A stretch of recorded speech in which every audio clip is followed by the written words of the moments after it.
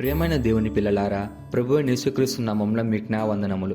ఈరోజు మనం పరిశుద్ధ గ్రంథం ద్వారా తెలుసుకుంటున్న గొప్ప సత్యం ఏంటంటే, దేవుడు మనల్ని ప్రేమించేవాడు. మనలో ఒక్కరు కూడా నాశనం కావాలని కోరుకోడు. ఆయన హృదయపు ఆశయమే ప్రతి మనిషిని రక్షించుకోవడం మరియు సత్యవాక్యం నందు జ్ఞానంతో జీవించటం. ఇది దేవుడు ప్రతి మనిషికి ఇస్తున్న స్నేహపూర్వక పిలుపు. ఈరోజు దేవుని వాగ్దానము 1 తిమోతి 2:4. 1 తిమోతి 2:4 వాక్యం ఇలా ఉంది: మనుషులందరూ రక్షణ పొంది సత్యమును గురించిన అనుభవ జ్ఞానము గలవారై ఉండవాలని ఇచ్ఛయించుచున్నాడు అని. ఈ వాక్యం మనకు చెప్పినది ఏంటంటే, దేవుడికి ఇష్టమే రక్షణ. దేవుడు మనుషులను సృష్టించినప్పటి నుండి వారి రక్షణ గురించి ఆలోచిస్తున్నాడు. పాపంలో పడిపోయిన మనిషిని తిరిగి తన సమీపానికి తేవాలన్నదే ఆయన సంకల్పం. రెండోదిగా, రక్షణతో పాటు సత్య జ్ఞానము సంపాదించుకోవడం. ఒకవేళ మనం యేసుప్రభువుని సొంత రక్షకుడుగా అంగీకరించి రక్షణ పొందితే అక్కడితో ఆగిపోవడం కాదు, దేవుని వాక్యాన్ని నేర్చుకోవాలి.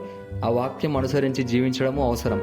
సత్య జ్ఞానం అంటే దేవుని వాక్యంలో లేని భ్రమను విసర్జించి నిజమైన ఆత్మీయ జీవితాన్ని గడపడం. దీన్ని మన జీవితానికి ఎలా తీసుకోవాలంటే, మన రక్షణను నిర్ధారించుకోవాలి. దేవుని పిల్లలమై ఉండేందుకు మనం ఆయనను నమ్మి మన పాపమును ఒప్పుకొని రక్షణ పొందాలి. రెండోదిగా, దేవుని వాక్యాన్ని అధ్యయనం చేయాలి. రోజువారీగా బైబిల్ చదవడం, ప్రార్థన చేయడం ద్వారా దేవునితో దగ్గర సంబంధం పెంచుకోవాలి. మూడవదిగా, ఇతరులకు ఈ ప్రేమను తెలియజేయాలి. మన చుట్టూ ఉన్న వారు కూడా రక్షింపబడాలని దేవుడు కోరుతున్నాడు. అందుకే మనము వారి కోసం ప్రార్థించాలి, వారితో సువార్తని పంచుకోవాలి. నాలుగవదిగా, మన జీవితం ద్వారా దేవునికి సాక్ష్యం ఇవ్వాలి. నిజాయితీగా, ప్రేమగా, వినయంగా, పరిశుద్ధంగా ఉండే జీవితం గడిపి ఇతరులకు స్ఫూర్తిగా ఉండాలి.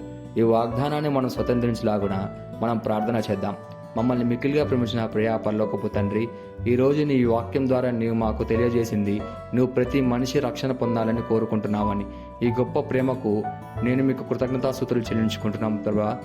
దయచేసి మాకు నీ వాక్యాన్ని తెలుసుకునే జ్ఞానాన్ని, నీ పట్ల స్థిరమైన విశ్వాసాన్ని కలుగజేయము. మేము మాత్రమే కాకుండా మేము చూసే ప్రతి ఒక్కరిని నీ ప్రేమ అనుభవించాలి ప్రభా. మా జీవితాన్ని నీ మహిమ కోసం ఉపయోగించుకొనుము. ప్రభువైన యేసుక్రీస్తు నామములో అడుగుచున్నాము తండ్రి, ఆమేన్.